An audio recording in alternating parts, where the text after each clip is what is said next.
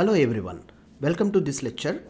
In this lecture, you will know how to think a big and how to think for a solution. See, most of the persons they may closed and think keep on in a simple one way only. See, in my views, it's not perception, I'm not taking any information, I'm not pointing anyone. So, openly you listen very clearly. If it is helpful for you, I very much thanks to you. So, let's hear how to find and how to think for a solution where it may be logically or programmatically or any of your real world problems. Let's see here. Think big. Whenever we are starting a thinking, what is the problem statement we are going to be thinking and why we require to think about the solution is a problem statement is very important to identify. Unnecessarily we need not to focus on unwanted data or unwanted problems, and we need not to go. If essential and if really the solution is required, this problem means we need to think and we need to work on it. So we need to find the problem statement is valid problem or not.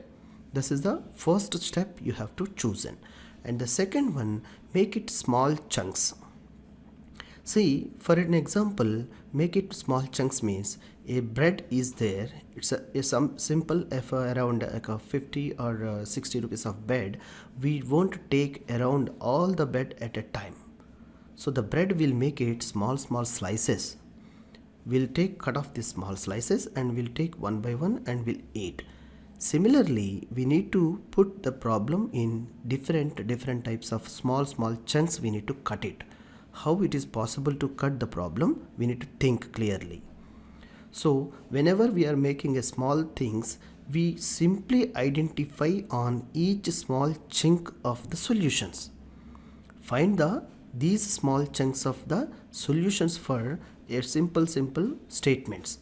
So whenever you are finding a small chunks of these problem statements, you will get finally at the end you will know all the small chunks of solutions. So making together into a single, at the finally you will get final solution. This way you need to see a problem into small chunks and solve one by one, resolving it, and think logically and apply your mind levels to very simply and easily with a cool mind. Alright, I hope it will be, these statements are very helpful for you, and wherever you are applying in programming or coding problems or logical statements, very quickly you solve if you are thinking in this way. And all you need to improve your knowledge levels by practicing basic concepts of programming and basic concepts of declaration of variables, syntaxes in coding. This is very much important and essential to practice in practical environment like IDE or PyCharm. You need to practice very clearly. Then only you will get a command on programming. So I hope it will be helpful for you. Thank you.